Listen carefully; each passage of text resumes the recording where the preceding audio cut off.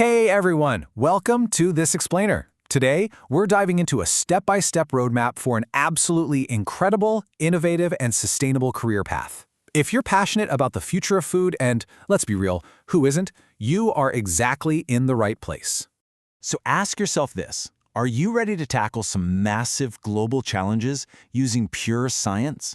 Do you want to build a career where you can literally grow the future, maybe even right in the middle of a concrete jungle? Because today, we're breaking down exactly how you can become a hydroponics technician. It's this perfect, brilliant blend of agriculture, tech, and entrepreneurship. All right, here's our roadmap for today. We've got 5 clear stops: meet the technician, mapping your educational pathway, funding your future, navigating the work environment, and we'll wrap up with a really cool, real-world success story. Okay, let's jump right into stop number 1. Meet the hydroponics technician. Now, before we get into the nitty-gritty of the job itself, let's just do a quick refresher on the science. Hydroponics is all about ditching the dirt, right? Instead of traditional soil, you're growing plants using a highly precise water-based nutrient solution. And for root support, you're utilizing alternative growing media. Think stuff like vermiculite, coconut coil, or perlite. I mean, it's literally precision agriculture at its finest. And as a hydroponics technician, your role is definitely not just casually tossing some seeds and hoping for the best. You're actually overseeing the entire life cycle. We're talking about setting up these complex water systems, maintaining super precise nutrient balances, handling the harvest, and eventually marketing the plants you grow. You're the master of this whole ecosystem, from seed all the way to sale. So what kind of person thrives on this path? Well, the data points to 3 essential personality traits. First off, you really got to enjoy science, because you'll be dealing with chemistry and biology every single day. Second, you need to genuinely like gardening and working hands-on with plants. And third, you need that entrepreneurial spark, a real desire to eventually start your own business. If that sounds like you, then wow, this career is going to be a perfect fit. Moving right along to Section 2, mapping your educational pathway. What makes this career incredibly accessible is just how flexible your entry points are. Your educational journey basically levels up in 4 stages.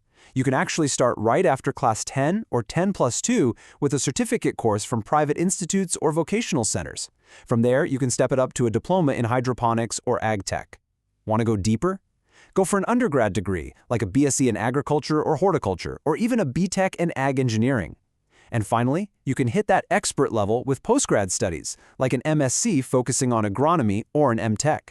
And don't worry, you won't struggle to find a place to learn. Top-tier institutes are spread out all over the country. We're talking places from the Indian Agricultural Research Institute in New Delhi, all the way to specialized universities in Srinagar, Solon, Hyderabad, or NIAM in Jaipur. The infrastructure to learn this science is absolutely already out there, just waiting for you.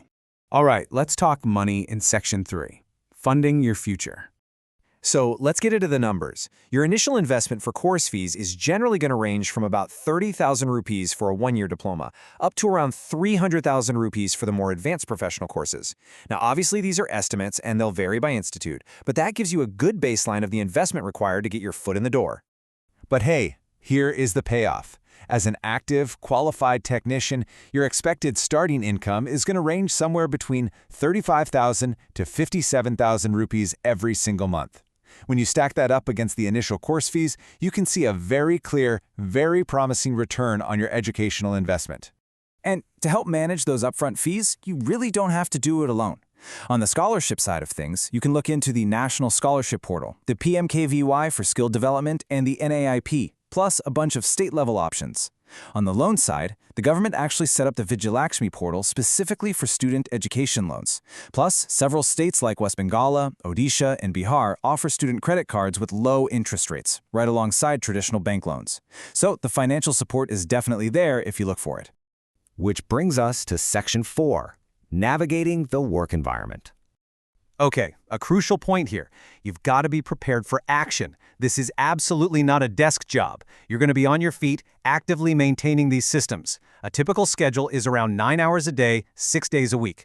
You'll likely be doing some local travel, and yeah, shift systems or overtime might pop up depending on what the farm needs. But what's really fantastic is that this field offers distinct opportunities for differently abled individuals, making it a truly inclusive modern workspace.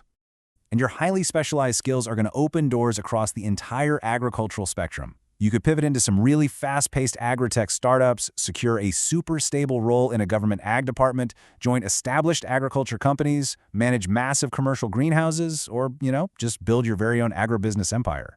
Your growth path here is clear and it goes straight up.